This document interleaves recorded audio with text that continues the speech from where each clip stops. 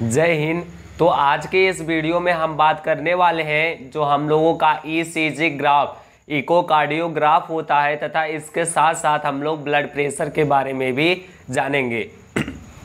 तो गाइस, जो हम लोगों का ईसीजी ग्राफ होता है इसका फुल फॉर्म होता है इकोकार्डियोग्राफ। इकोकार्डियोग्राफ में जो इसके डॉक्टर होते हैं उसे बोलते हैं कार्डियोलॉजिस्ट। जो हार्ट बीट के डॉक्टर होते हैं उसे क्या बोला जाता है? कार्डियोलॉजिस्ट। तो गाइस, अब यहाँ पर हम लोग ये समझते हैं कि ये जो हमारा हार्ट बीट है ये कार्य कैसे करता है। तो गाइस, यहाँ पर जो पी है ये मान लीजिए हमारे जो है हार्ट, जैसे मान लीजिए हमारा हार्ट है, इसके चारों चैम्बर को दिखाता है। मान लीजिए यहाँ पे दायां आलिंद है, लेफ्ट एट्रियम, दायां आलिंद, यहाँ पर हो जाएगा बायां आलिंद,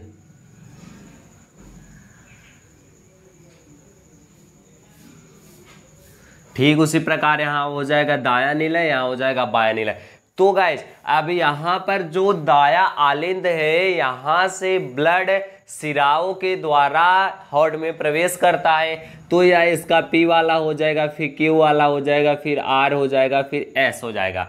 तो गाइस, यहाँ पर जो है यहाँ पर ये चारों चैम्बर को यहाँ पर दर्शाया गया है। मतलब जैसे 4 चैम्बर होते हैं हार्ट में, एक ब्लड को लेता है, इसके पश्चात एक ब्लड को फुफ्फुस धमनी में भेजता है, फिर इसके पश्चात फुफ्फुस धमनी से ब्लड आता है, फिर इसके बाद द्विवाल्विक कपट से होते हुए आ जाता है बाएं निलय में एरोटा धमनी के द्वारा पूरे शरीर में फ्लो हो जाता है।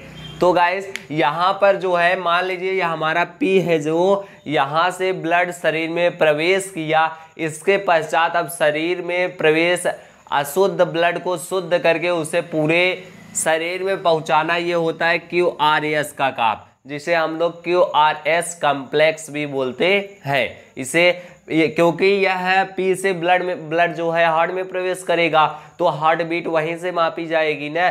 तो QRS ब्लड को शुद्ध करेंगे, इसके पश्चात उसे पूरे शरीर में फ्लो करेंगे, तो इसीलिए इसको QRS कॉम्प्लेक्स भी कहा जाता है। अब गाइस, अगर इसमें से अगर पी है अगर इसमें वृद्धि होती है या आर जो है इसमें कमी या वृद्धि होती है, मतलब इतना समझ लीजिए इसमें से अगर किसी चीज की कमी होती है या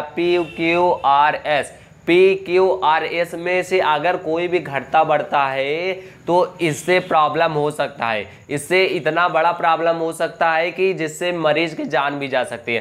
क्यों? क्योंकि गाइस, जो हमारा हार्ट है यही पूरे शरीर में ब्लड को फ्लो करता है। अब ब्लड को फ्लो करेगा, अगर इसमें से किसी एक की माप कम ज़्यादा होगी तो प्रॉब्लम होगा ही। और गाइस, हमारा जो ईसीजी ग्राफ होता है वह ऐसे ही चलता रहता है। जो स्वस्थ व्यक्ति होते हैं, जो जीवित व्यक्ति होते हैं, अगर उनका हार्ट बीट मापा जाए तो ऐसे ही चलता रहता है। इसी के बजाय अगर जब व्यक्ति कभी हार्ट के प्रॉब्लम से उसकी मृत्यु होने लगती है तो गाइस, जो उनका ये लाइनिंग होता है या ऐसे ऐसे आने लगता है। मतलब इससे जो होता है व्यक्ति की मृत्यु होने वाली है या व्यक्ति की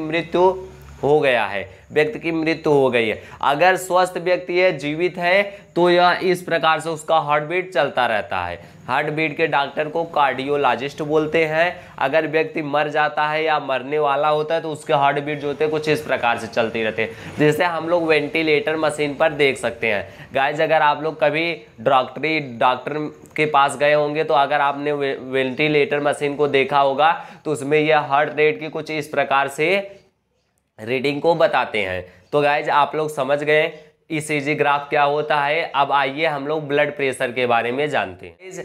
अब हम लोग पहले और जो हार्ट बीट होता है उससे मापने के लिए जो व्यक्ति का चेस्ट होता है, छाती व बॉडी जो यहाँ से यहाँ तक का भाग होता है, वहाँ पर 12 लीड्स को लगाया जाता है, जिसे ईसीजी लीड्स कहते हैं। इसी के द्वारा ही किरणों को भेजकर ईसीजी इलेक्ट्रोकार्डियोग्राफ में हार्ट बीट को मापते हैं। तो गाइस, जब आइए हम लोग ब्लड प्रेशर के बारे में जानते हैं। तो गाइस, जो हमारा ब्लड प्रेशर होता है ये हमारे हार्ट के द्वारा कंप्लीट होता है, पूर्ण होता है। क्योंकि गाइस, अब जैसे मान लीजिए ब्लड हमारे शरीर में आया, अब हार्ट उसे जितने प्रेशर से भेजेगा कहाँ भेजेगा? शरीर में। उसे हम लोग बोलते हैं डायसिस्टोलिक, सिस्टोलिक। इसके पश्चात अगर वही ब्लड गया शरीर में और वहाँ से जितने प्रेशर से वापस आएगा उसे हम लोग बोलते हैं डायस्टोलिक। गया सिस्टोलिक, वापस आना डायस्टोलिक। जाएगा कहाँ? पूरे शरीर में। आएगा कहाँ? पूरे शरीर से हार्ट में, हृदय में। और जाएगा कहाँ? हृदय से पूरे शरीर में। तो जाने को सिस्टोलिक, आने को डायस्टोलिक। तो गाइस आप लोग समझ गए होंगे ब्लड प्रेशर। अगर ब्लड जितने प्रेशर से जाता है उसे सिस्टोलिक, जितने प्रेशर से आता है डायस्टोलिक। तो गाइस अब आइए हम लोग जानते हैं जो सामान्य नॉर्मल बीपी होता है किसी भी व्यक्ति का, वह क्या होता है। तो गाइस जो किसी भी व्यक्ति का नॉर्मल बीपी होता है वह होता है 120/80 mmHg, 120/80। गाइस अगर कभी भी आप डॉक्टर के पास गए होंगे, अगर आप उससे अपना बीपी मापने को कहे होंगे तो यहाँ पर एक वो पट्टा लगाता है। पट्टा लगाने के पश्चात यहीं से तार जुड़ा रहता है और पाइप जुड़ा रहता है। तार चला जाता है मशीन में, इकोकार्डियो मशीन में। इसके पास इकोकार्डियोग्राफ जो वहाँ पर दर्शाएगा इकोकार्डियो मशीन में, और यहीं से एक पाइप निकला रहता है जहाँ से डॉक्टर जो होता है वह प्रेशर को भरता है। इसके साथ साथ वह प्रेशर को जब भरता है तो इतना बड़ा सा एक मशीन रहता है जिसमें पारा भरा होता है, वही पारा ऊपर की तरफ चढ़ता है।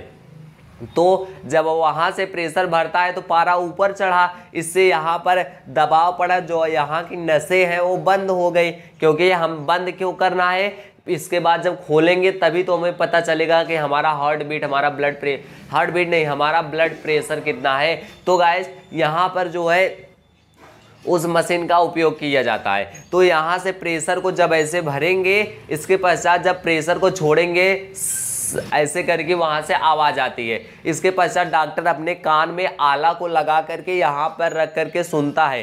तो अगर मान लीजिए ब्लड चढ़ा 200, जैसे मान लीजिए ऊपर वाला ब्लड चला गया 200 तक गया।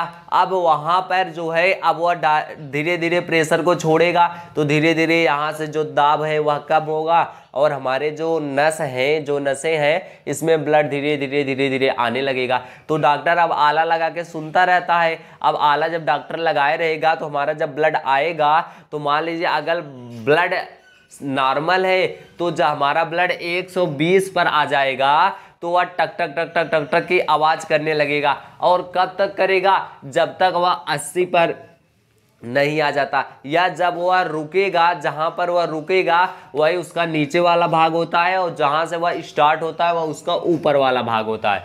जहां से स्टार्ट हुआ अपर भाग ऊपर लिखते हैं, और जहां पर टक टक की आवाज़ को खत्म किया वो नीचे लिखते हैं। तो वही हो जाता है किसी भी व्यक्ति का ब्लड प्रेशर। मान लीजिए अब यहाँ पर 200 तक चढ़ाया गया, जो है प्रेशर को भरा गया, फिर प्रेशर को कम किया गया। इसके पश्चात जब प्रेशर को कम करेंगे तो यहाँ से जो नसें हैं उसमें ब्लड आना शुरू हो जाएगा। अब ब्लड आना शुरू हो जाएगा तो अब यह जो है 120 पर आएगा। 120 पर आया ब्लड मतलब यहाँ पर जो पारा में दिखाएगा 120 तक आया, तो टक टक टक टक की आवाज़ करता रहेगा। और वह टक टक की आवाज़ कब तक करेगा?